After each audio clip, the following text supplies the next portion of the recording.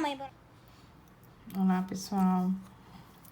A pedidos, eu vou fazer um exemplo aqui de como a gente converte um autômato finito não determinístico para um autômato finito determinístico, né? A gente tem um exemplo lá na seção 2.5 do livro do Benjamin, que eu até pedi para vocês fazerem um trabalho gravando um vídeo, tá? Então, quando vocês forem fazer o trabalho de vocês podem desenhar no caderno, enfim, usar o JFlap, podem usar a ferramenta que vocês quiserem. Eu vou transformar esse aqui, que é bem simples, inclusive vocês viram esse exemplo lá no questionário de AFN, né? Onde é uma linguagem que tem a ou BB como subpalavra, tá? Então, uma proposta de autômato é esse aqui, com 4 estados, né?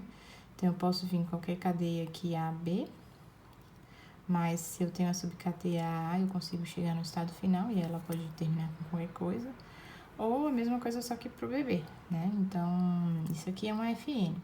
Como é que a gente transforma isso para um AFD? Bom, o AFD eu não posso ter 2 símbolos, né, saindo do mesmo estado, né, os símbolos repetidos. Então, isso no AFD não ocorre, eu só posso ter um A partindo do estado que é 0 e um único B partindo do estado que é 0 também. Então, a gente sabe que todo AFN tem um AFD equivalente. Então, a gente vai ter que transformar isso prevendo o que acontece. Uma das formas de a gente fazer isso é criar novos estados, tá? Então, vou começar aqui de forma bem simples, para vocês entenderem o passo a passo do algoritmo. Então, se eu estou aqui em Q0, né, o que acontece se eu leio o símbolo A? Bom, no AFN eu tenho 2 possibilidades. Eu posso ficar nesse próprio estado Q0, ou eu posso ir para o estado que a gente chama de Q1. Aqui no FD não pode acontecer isso, né? Então, se eu leio o símbolo A, eu tenho que ir para um estado, né, que contempla essas 2 possibilidades. Então, para isso acontecer, eu vou criar um estado que eu vou chamar de Q0, Q1, que seria equivalente à união de tudo que acontece quando eu estou nesse estado Q0 ou no estado Q1, se eu tiver que ler o símbolo A, tá? A mesma coisa eu vou fazer para o B. Então, se eu estou no estado Q0, ó, se a gente ler um B, ele fica no próprio estado Q0 ou ele vai para o Q2. Então, seria equivalente a criar um novo estado, que eu vou chamar aqui de Q0, Q2. Que são as 2 possibilidades que pode acontecer, né? Se eu leio um B aqui, vou até colocar em verde. Eu posso ficar aqui em Q0 ou eu posso do estado Q2, que é esse meu novo estado criado aqui. E a partir daqui, pessoal, o que a gente vai ter que fazer? Como a gente criou um novo estado, eu vou considerar todas as possibilidades de leitura de cadeias ou de símbolos, né, no meu alfabeto A e B, fazendo a união dessas possibilidades aqui para cada um estado desses, tá? Então, mais uma vez, se eu estou em Q0, eu já sei que se eu ler um A, eu posso continuar no Q0 ou posso chegar no Q1. Mas se eu estou no Q1, o que acontece se eu estou lendo A? Bom, ele tem a possibilidade de ir para o estado Q3, tá? Então, por Q0 aqui, eu consigo alcançar os estados Q0 e Q1. E no Q1, se eu leio um A, eu chego no estado Q3, que seria o equivalente a criar um novo estado. E esse novo estado eu vou chamar de Q0, Q1, Q3, que são as 3 possibilidades que eu posso alcançar quando eu leio o símbolo A. O que acontece se eu estou aqui e leio um B agora? Bom, em Q0, eu já sei que se eu ler um B, eu fico no próprio Q0 ou vou para Q2, que seria esse estado aqui.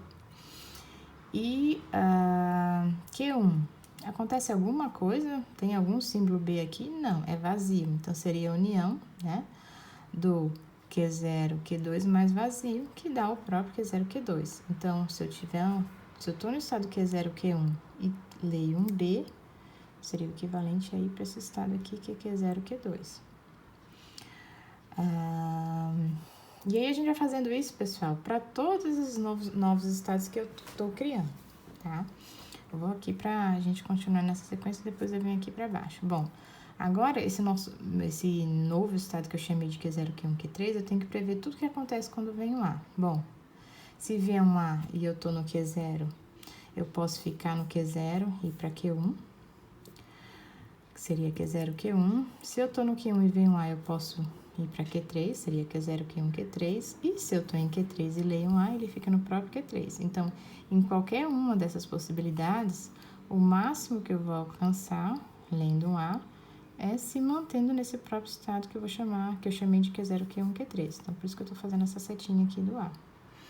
E o B? Bom, B, que já vai mudar um pouco. Se eu tô em Q0, eu posso continuar no Q0 ou ir para Q2, que seria esse estado aqui. Mas, se eu tô em Q2, em Q1, desculpa, Q1 aqui, né? Se eu leio um B, não acontece nada porque essa cadeia não tem um B. E se eu tô em Q3 e B, ele vai para Q3. Então, ó, por Q0, né, se vier um B, é Q0, Q2, e por Q3, ele vai por Q3. Então, eu tenho que criar um novo estado, que eu vou chamar de Q0, Q2, Q3. São todas as possibilidades alcançáveis a partir do Q0, Q1, Q3, se eu precisar ler o símbolo B. Bom, mais um que a gente vai ter que analisar. Então, agora eu tô no estado que seria Q0, Q2, Q3. O que acontece se eu leio um A? Bom, se eu leio um A aqui no Q0, eu já sei que eu fico em Q0 ou vou para Q1, né? Se eu tô no Q2, não tem um A, então seria vazio. E se eu tô em 3, ele fica no próprio A. Ou seja, se eu tô em Q0, Q2, Q3, se vier um A, as possibilidades que eu tenho é Q0, Q1, Q3. Seria uma transição voltando para cá. Tá? Então, Q0 aqui, só repetindo, ó, Q0, Q1. O Q2 eu não tenho A e o Q3 fica no próprio Q3. Então, seria Q0, Q1, Q3. E B, vamos lá. Q0, se eu leio um B, ele pode ir para Q0 ou Q2. Se eu tô em Q2 e vem um B, ele pode ir para Q3. Então, seria Q0, Q2, Q3. E no Q3, se eu leio um B, ele fica no próprio Q3. Então, se eu tô lendo um B, ele fica aqui nesse mesmo estado, porque as possibilidades da leitura do P é chegar ou em Q0, ou em Q2, ou em Q3. Bom, pessoal, só retomando aqui. Se eu tô nesse estado Q0, Q2, né? O que acontece se eu precisar ler um A? Bom, no estado Q0, se eu ler um A, ou ele fica em Q0, ou ele vai para Q1. Seria esse estado aqui. E no Q2, eu não tenho um A. Então, se eu tô lendo um A, Q0, Q2, ele volta para esse estado aqui, Q0, Q1. E o B, se eu tô no estado Q0, Q2, se eu tô lendo um B, ele fica em Q0 ou vai para Q2. E no estado 2, se eu tô lendo um B, ele pode ir para o estado Q3. Então, até apagar aqui que isso aqui tá errado, tá? Se eu tô no estado Q0, Q2, eu tenho a possibilidade de ir para o estado Q0, Q2, Q3. Que seria esse estado aqui. Bom, pessoal, e aí a gente terminou. A gente já previu o que aconteceu em todas as possibilidades de estados aqui, tanto para ler o A quanto para ler o B. Então, aqui A e B, esse aqui é A, B, aqui A, B, A e B, A e B.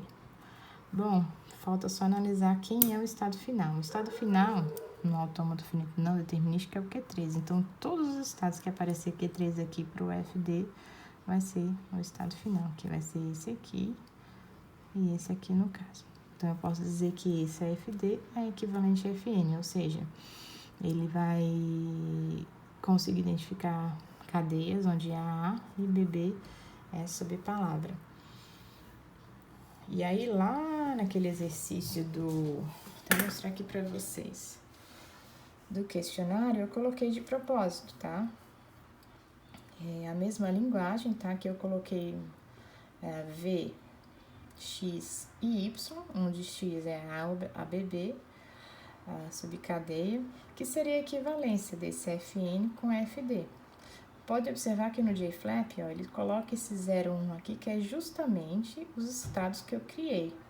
Ó, aqui Q1, é que ele renomeia. Ele chama de Q1. No nosso caso, eu chamei de Q0, Q1, mas eu poderia tranquilamente, né, chamar esse estado aqui de Q1. Ele colocou aquele no JFlap 01, que é justamente para dizer que é equivalente àquele estado unindo os estados Q0 e Q1. E a mesma coisa aqui, ó, 013, que ele coloca lá no JFlap, ó, 013, 023 e 02.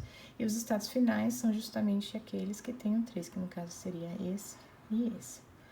Bom, pessoal, é isso. Espero que vocês tenham gostado aí, que vocês consigam fazer o exercício que eu solicitei. Bom, gente, não esquece de fazer o tema. Então, tchau, pessoal!